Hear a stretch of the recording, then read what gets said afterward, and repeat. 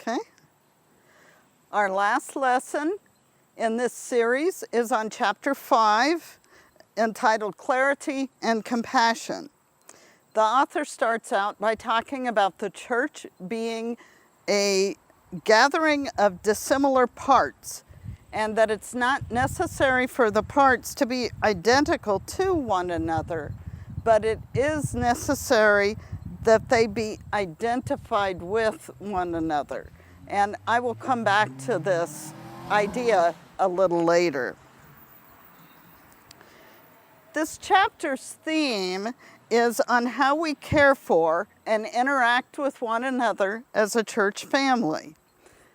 Steinke stresses the importance of not confusing care with emotionality.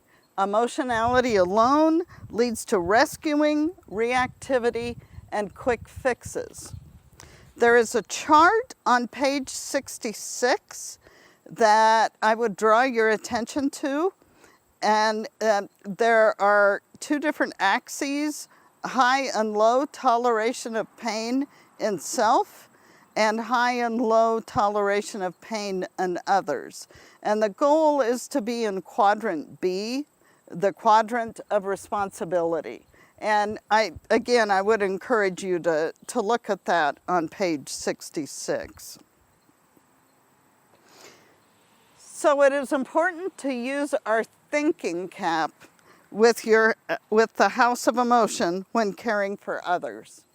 And what does this really look like? So what does it mean to use your thinking cap with your house of emotion when you think about caring for others? I am reminded about a sermon I heard one time on the difference between being nice and being kind. Nice is something that we do for ourselves, being nice, to manage our anxiety. And that may be anxiety about how we're viewed by others, or feeling so anxious about the other person's pain that we have to fix it or somehow appease it or overfunction to take care of that person. Niceness originates within the anxious individual. This is different than being kind. Kind is done for the other person. Kindness is a fruit of the Spirit.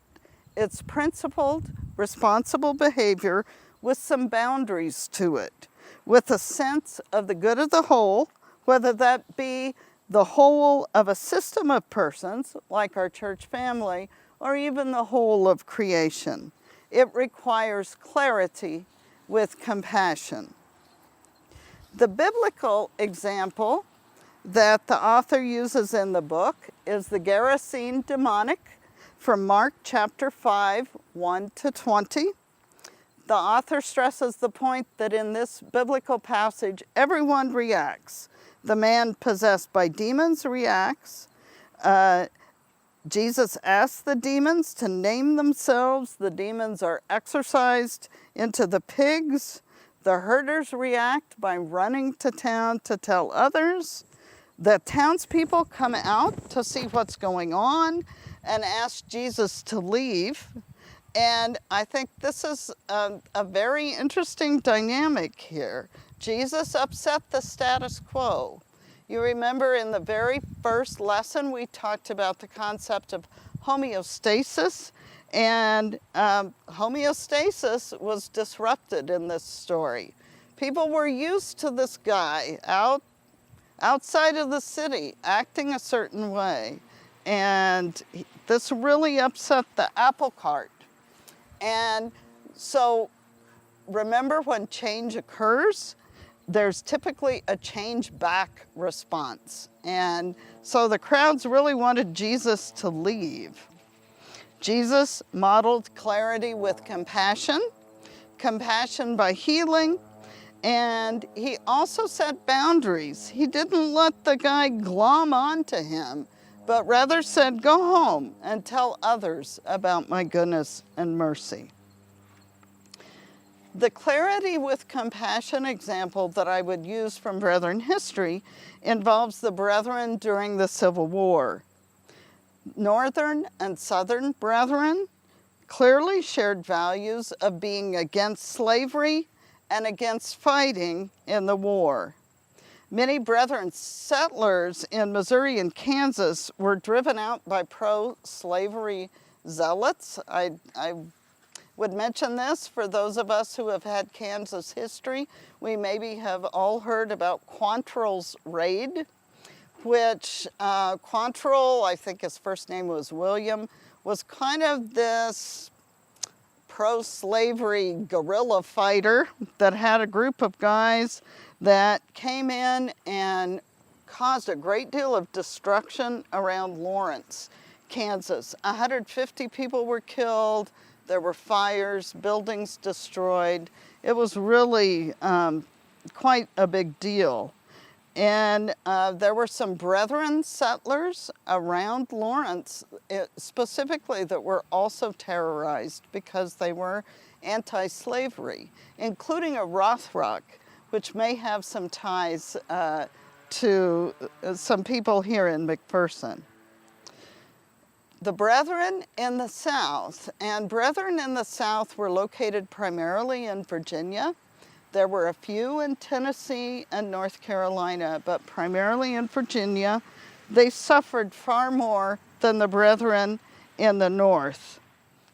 Both in the North and the South, there were exemptions for military service, but it was much easier for the Brethren in the North. For one thing, they were dealing with an established government, and the commutation fees, the fees that they had to pay money to be exempt from military service, were lower in the North. They typically were $200 to $300, depending upon the state, the northern state that was involved. In the South, the commutation fees were typically $500 plus 2% of the assessed value of the person's property. That was quite a bit of money. Also, the Brethren in the South had to deal with a new government. First, they dealt with simply the state of Virginia. John Klein, whom many of us are familiar with, was quite involved in working with the state of Virginia on behalf of the Brethren.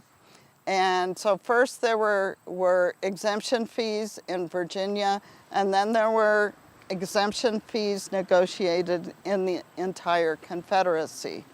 But times were tough. It was much tougher on the Brethren economically in the South. They also certainly got pushback for being anti-slavery. Inflation was much higher in the South. There's a chart here. And for example, a bushel of onions was $25. That was a lot. That was a lot in that day. A dozen eggs was $2.50. That's pretty similar to what we pay today. But again, keep in mind this was in the 1860s. So the Brethren in the South had it tough. They had more property damage. And the annual meeting of 1865, they agreed to raise funds to aid the Southern Brethren. And multiple congregations contributed. They raised thousands of dollars. And there's an excerpt that I would like to read from a letter that was written in the spring of 1866 from David Payne, who was a Brethren minister in the Roanoke area. And it was a letter of appreciation written to D.P. Saylor, who was one of the Brethren leaders of the time.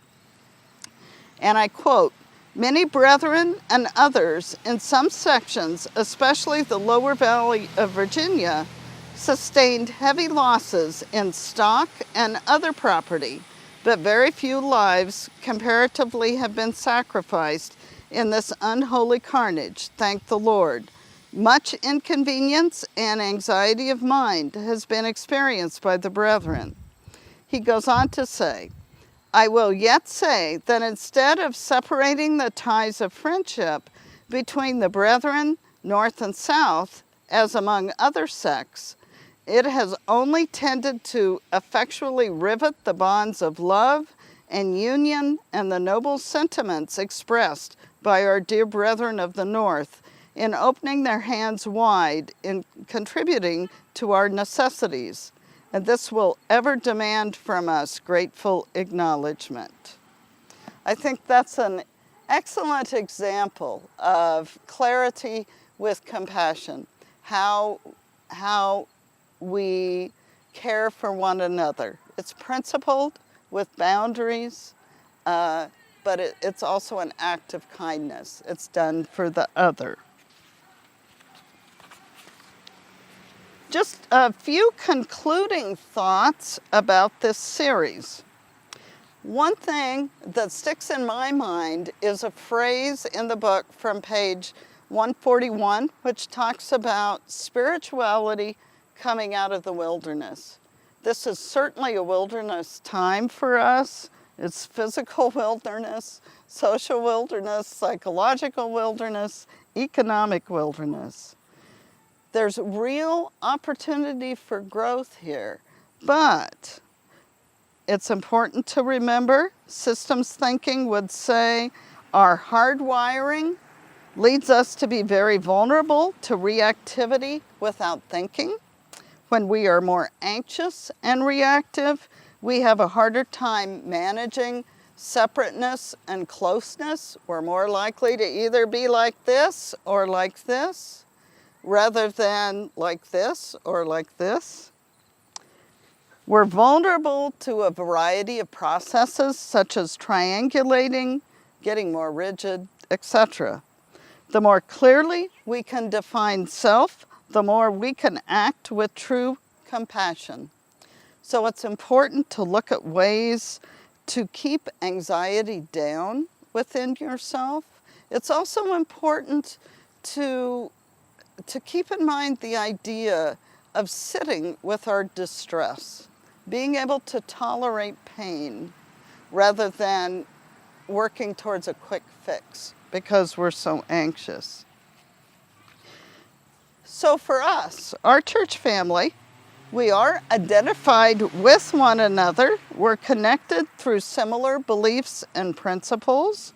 And I would just reiterate what it says on our website, that we are creating love, hope, peace, and community by following the example of Jesus, and that the mission of the McPherson Church of the Brethren is to be the body of Christ in our community and our world, to share God's love and live the example of Jesus.